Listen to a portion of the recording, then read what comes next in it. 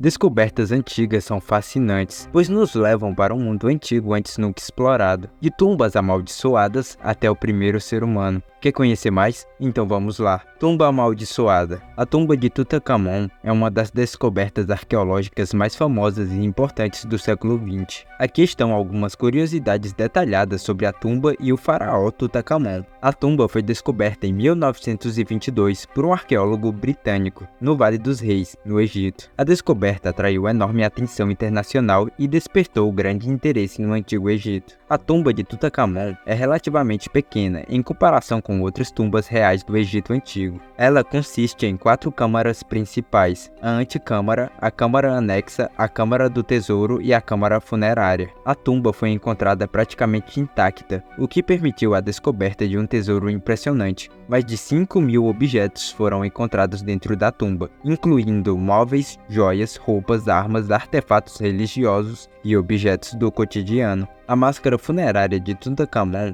é um dos itens mais famosos e icônicos encontrados na tumba. Feita de ouro maciço e incrustada com pedras preciosas, ela cobria o rosto do faraó e simbolizava sua divindade e imortalidade. A descoberta da tumba de Tutankhamon trouxe consigo histórias de maldições e tragédias associadas à abertura do túmulo. Vários membros da equipe de escavação e pessoas próximas a eles morreram de forma misteriosa, o que alimentou a crença em uma suposta maldição. Tutankhamon foi ao trono do Egito com apenas 9 anos de idade e reinou por cerca de 9 anos até sua morte prematura, por volta dos 18 anos. Após a descoberta, os objetos da tumba de Tutankhamon passaram por um extenso processo de restauração e conservação. Atualmente, muitos desses artefatos estão em exibição no museu, proporcionando aos visitantes a oportunidade de apreciar a riqueza e a beleza da arte egípcia antiga. Pompeia e Herculano. Pompeia era uma cidade próspera e movimentada, com muitos habitantes antes da erupção. A cidade era conhecida por seus belos edifícios. Já Herculano era uma cidade menor e mais rica que Pompeia. Era um retiro de verão para a elite romana. Suas vilas luxuosas e residências refletiam o estilo de vida extravagante da época.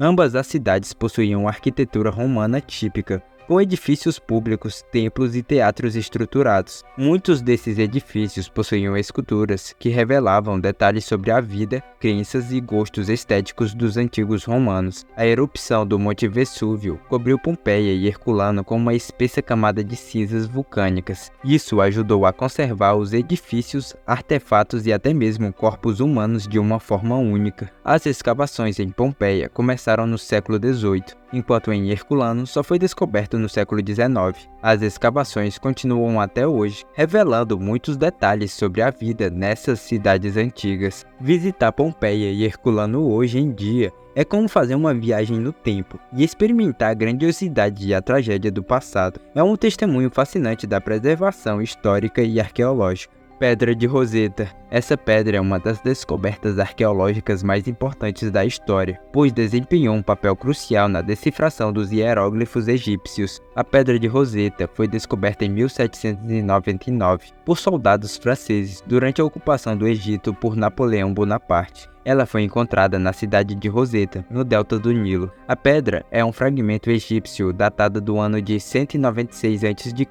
A pedra contém um texto gravado em 2 diferentes escritas, que são hieróglifos egípcios e grego antigo. Essa pedra foi crucial para a decifração dos hieróglifos egípcios, que haviam sido um enigma para os estudiosos por séculos. Ao ter o mesmo texto registrado em 2 escritas diferentes, ela forneceu uma chave para entender a linguagem egípcia antiga. Hoje ela está atualmente exposta no Museu Britânico, em Londres. Ela é uma das peças mais visitadas e importantes do museu, sendo um símbolo do avanço na compreensão da linguagem e da história humana. Exército de Terracota de Xi'an. Essa é uma das descobertas arqueológicas mais impressionantes e únicas do mundo. O exército de Xi'an foi descoberto em 1974 por agricultores locais que estavam cavando um poço. Eles encontraram fragmentos de terracota que levaram às escavações subsequentes que revelaram o exército do tamanho monumental. O exército é composto por cerca de 8.000 figuras de guerreiros de terracota em tamanho real, dispostos em formações de batalha. As estátuas variam em altura de aproximadamente 1,80 m a 2,10 m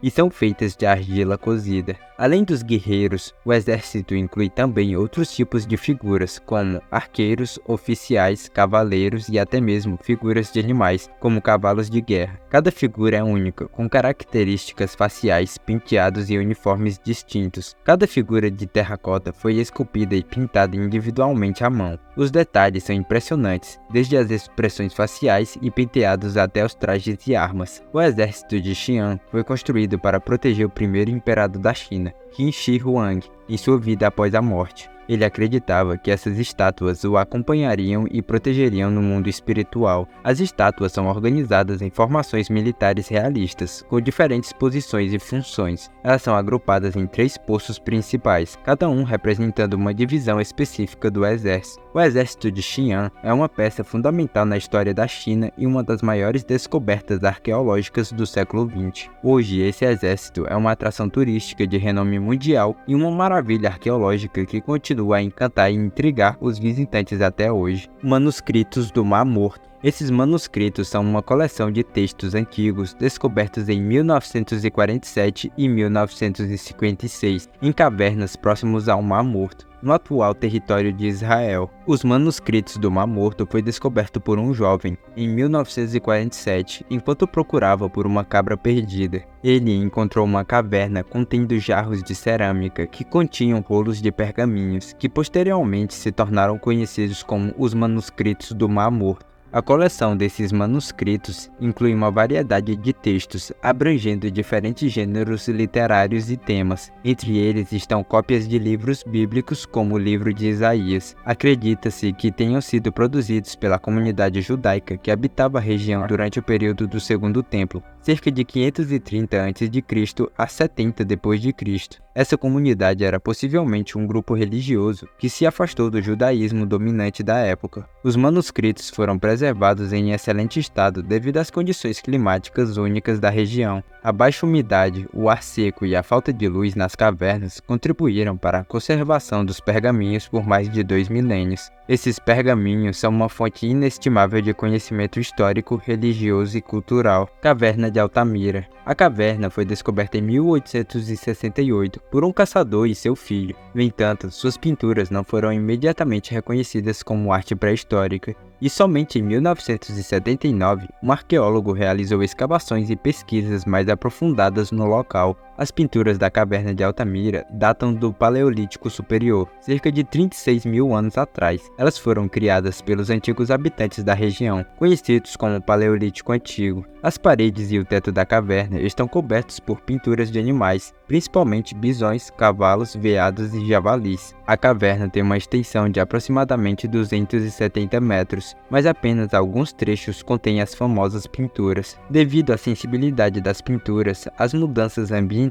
e ao aumento do turismo, a caverna foi fechada ao público em 1979. No entanto, uma réplica exata da caverna e de suas pinturas foi construída nas proximidades, permitindo que os visitantes apreciem e estudem as pinturas sem prejudicar o original. Lucy, o primeiro ser humano. Lucy foi descoberta no dia 24 de novembro de 1974 por um pesquisador americano que liderava uma expedição na Etiópia. A descoberta ocorreu antes da pausa para o almoço. O fóssil recebeu o nome de Lúcia em homenagem a uma música que estava sendo tocada no acampamento na noite da descoberta. Lucy é um fóssil extremamente completo e preservado. Cerca de 40% do esqueleto foi recuperado, incluindo partes do crânio, mandíbula, dentes, vértebras, costelas, ossos dos membros superiores e inferiores. Ela viveu aproximadamente há cerca de 3,2 milhões de anos, no período Paleoceno, durante o qual os primeiros hominídeos começaram a se diferenciar dos outros primatas. Ela pertence à espécie Australopithecus afarensis, que é considerado um ancestral humano primitivo. Essa espécie habitou a região que hoje é a Etiópia há quase 4 milhões de anos atrás. Com base na estrutura do esqueleto de Lucy, os cientistas concluíram que ela era bípede, ou seja, caminhava sobre 2 pernas. No entanto, sua postura e anatomia indicam que ela ainda passava algum tempo nas árvores. O fóssil original de Lucy é mantido no Museu Nacional da Etiópia. Ela media 1,10 m de altura. Gostou do vídeo? Se inscreve e deixa o like. Até logo!